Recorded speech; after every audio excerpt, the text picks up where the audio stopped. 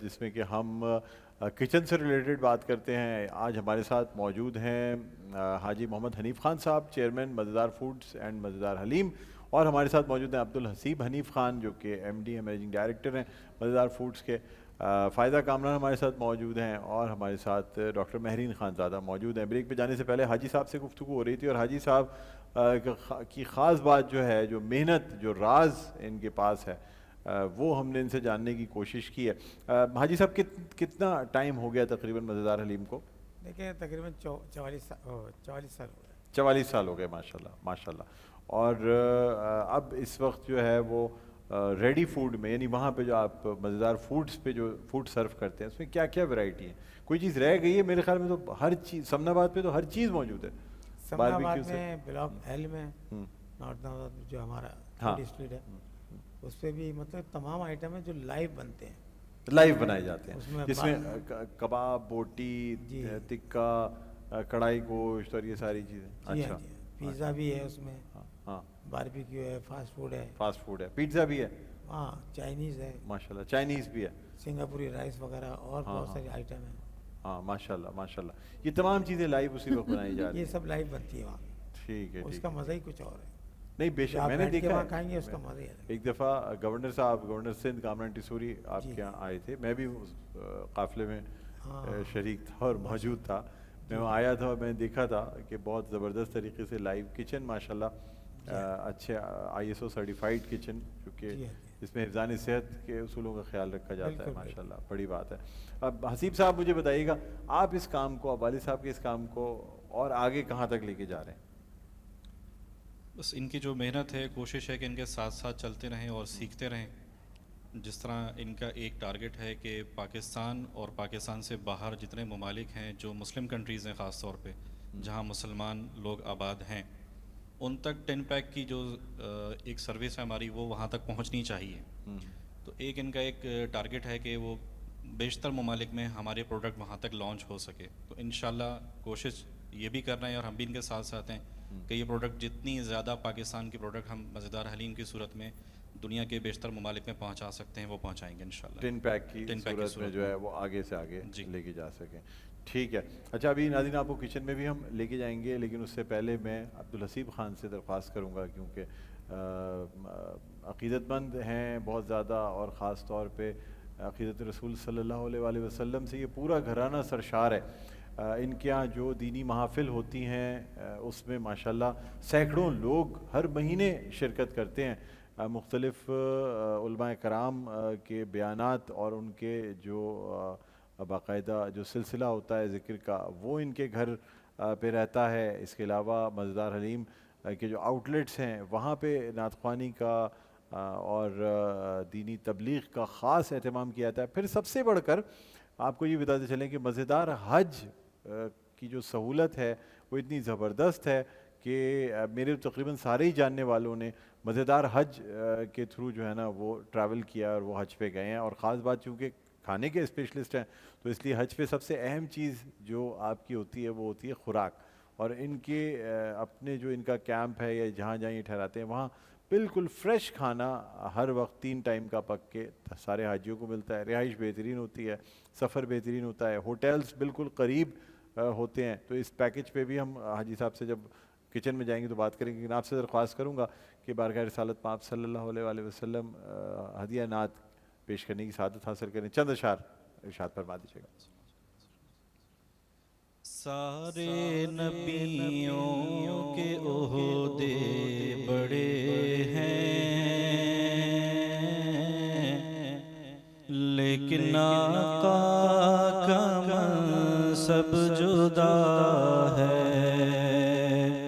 सारे नबियों के ओहदे बड़े हैं, लेकिन आका का मनसब जुदा है। वो इमाम सफ़े अंबिया हैं, उनका रुतबा बड़ों से बड़ा है।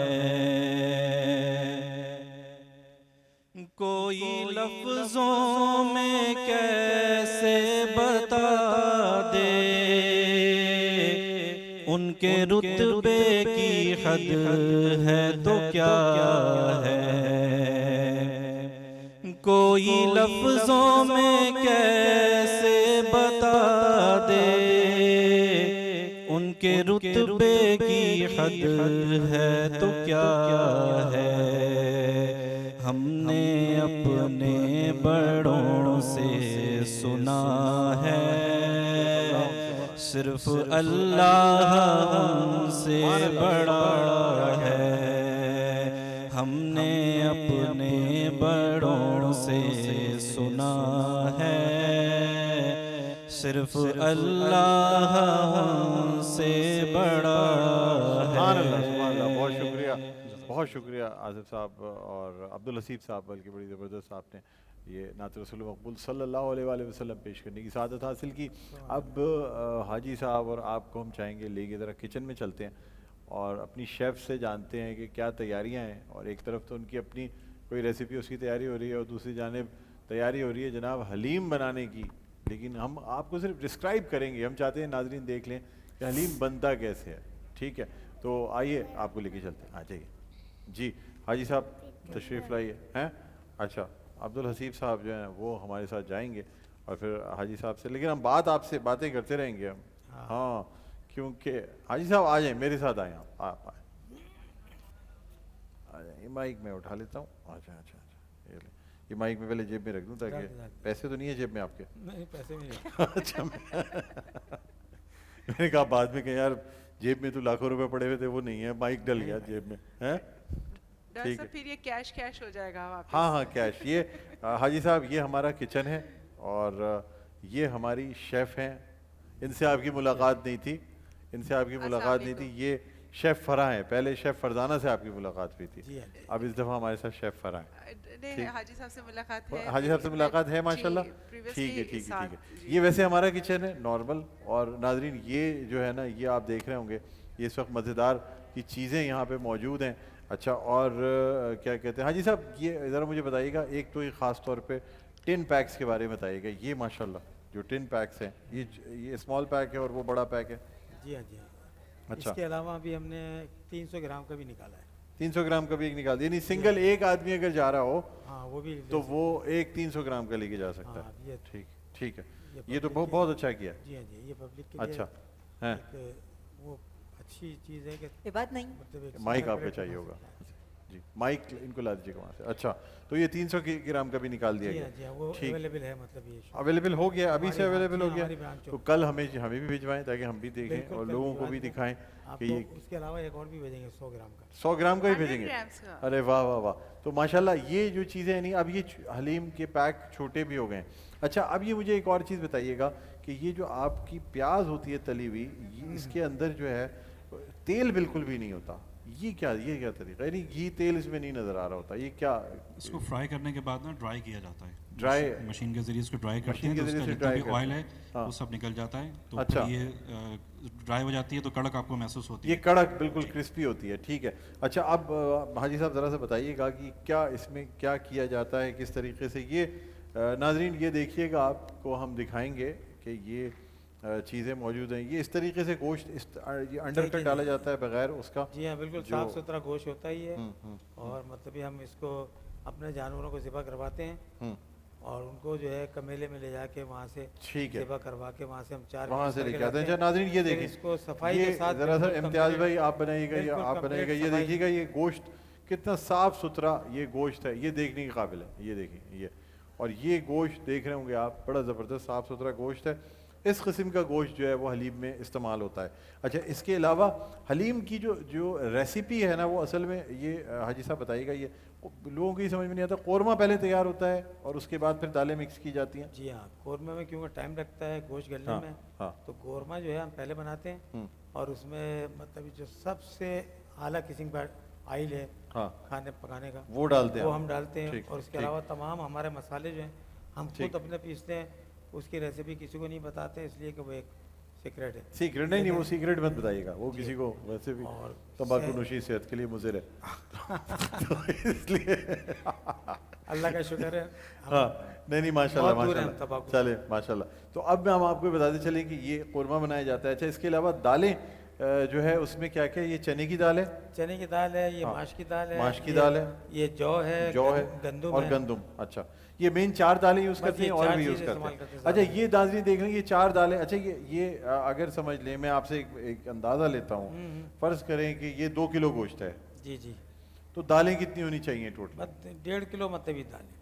1.5 किलो दालें। नाज़रीन ये बहुत इंपॉर्टेंट चीज़ नोट कर लीजिए कि अगर 2 किलो, यानी अब अगर 4 किलो गोश्त है तो 3 किलो दालें होनी 3 चाहिए। किलो। अब आप इसी हिसाब से मल्टीप्लाई कर लें।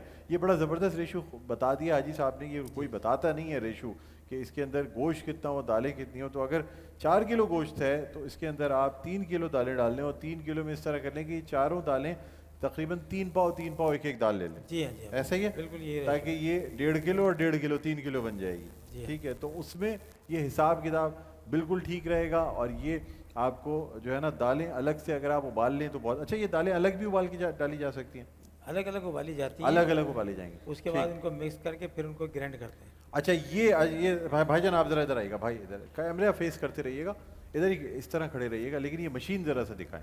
ये मशीन जो है ना, ये ज़रा दिखाएं लोगों को। हाँ, ये सामने से दिखाएं। हाँ, ये देखें भाई ज़रा, ये मशीन देखिएगा।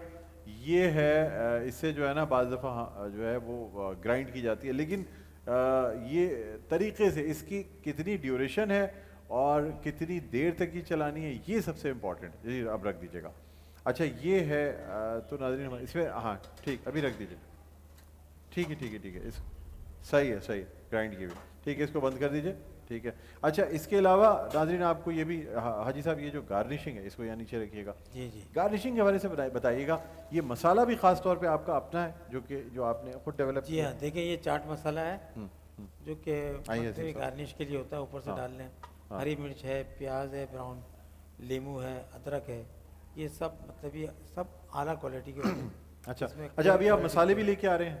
जी हाँ जी हाँ, यानी ये जो चाट मसाला और ये इंशाल्लाह ताला डिफरेंट चाट मसाले, ये मसाला भी है। इसके अलावा हम हलीम मसाला, कोरमा मसाला, बिरयानी मसाला, निहारी मसाला, ये अब हम इंशाल्लाह तकरीबन समझ लें कि जून के अंदर जो है हम लॉन्च कर रहे हैं। ठीक है, चलें। यानी अच्छा, बकरा इससे पहले। आज हमारी इफ्तारी में बहुत सारी चीज़ें हैं, क्योंकि आज हलीम, मज़ेदार हलीम जो है ना, आज हम हलीम से इफ्तार करेंगे। ये तो माशाल्लाह ज़बरदस्त है। और आप क्या कहना चाहेंगे, कोई मैसेज देना चाहेंगे? नहीं, बस ये सारी चीज़ें जो आप देख रहे हैं इस वक्त, ये इसमें बड़ी मेहनत है वालिद साहब की, और ख़ास तौर पे अल्लाह ताला का बड़ा करम है कि शुरू में चूँकि वालिद साहब बताते हैं, देग भी इनकी अपनी नहीं होती थी। जब वो ठेले पे हलीम लगाया करते थे तो हलीम की देग भी वो किराए पे लिया करते थे। तो अच्छा। इस वक्त ये देख के बड़ा अच्छा महसूस हो रहा है कि अल्हम्दुलिल्लाह अल्लाह ताला ने इस कदर करम किया है कि इस वक्त हमारे पास सैकड़ों और हज़ारों लोगों के लिए खाना पकाने की सहूलत मौजूद है अल्हम्दुलिल्लाह। इसमें आपने अपने वालिद साहब की जो ईमानदारी है ना, उसको बस कायम रखना है। हाजी साहब की ईमानदारी और इनकी जो खुलूस है, खुलूस एक तो होता है खुलूस और एक होता है खालिस होना। तो ये माशाल्लाह जो खुलूस इनके अंदर है और जिस तरह ये खालिस चीज़ों का इस्तेमाल करते हैं, मैं यकीन करें, वरना अपने घर पे गाहे बगाए जो है ना, वो खाना अगर सिर्फ एक ही जगह कहीं से आता है तो वो मज़ेदार से आता है। ठीक है ना, तो इसलिए बहुत ज़बरदस्त इन्होंने मेंटेन किया हुआ है। और ये जो चीज़ें आप सारी चीज़ें देख रहे होंगे, ये अब आपको अंदाज़ा हो गया होगा मज़ेदार हलीम, ये सिर्फ एक हलीम का है, लेकिन इसमें मज़ीद भी। बहरहाल बहुत बहुत शुक्रिया हाजी साहब। मैं चाहूँगा कि आप हसीब साहब आप भी तशरीफ़ रखें और जो है ना हम मज़ीद गुफ्तगू करेंगे। महरीन खानज़ादा, आपसे मैं चाहूँगा कि आप आ जाएँ, आप भी मेरे भाई तशरीफ़ रखें। अब थोड़ा सा हम रेसिपी की तरफ आते हैं। ठीक है जी, आइए महरीन, आ जाइए, आप भी आ जाइए। और नाज़रीन, इसके अलावा आपको बताते चलें कि अभी हमें बहुत जल्द एक बहुत अच्छी सी गेस्ट हमें ज्वाइन करने वाली हैं, लेकिन वो गेस्ट कम और होस्ट ज़्यादा हैं, और उनका और मेरा जो इंटरेक्शन है वो पिछले तकरीबन कोई अब मैं सही अगर बताऊं 10 साल से ऊपर से है। मेरे सामने स्टूडेंट थी, बिल्कुल यंग स्टूडेंट, और उन्होंने मीडिया में कदम रखा था।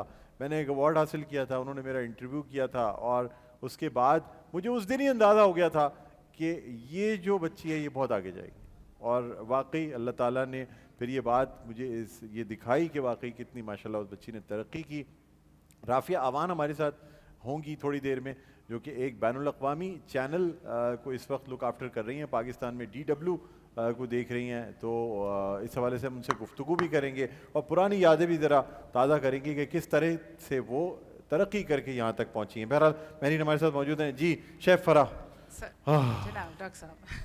शुक्र। आप कह रही होंगी अल्लाह तेरा शुक्र है मुझे कुछ ये बंदा मेरा भी बोलने segment का है। मेरा भी कुछ हिस्सा बना।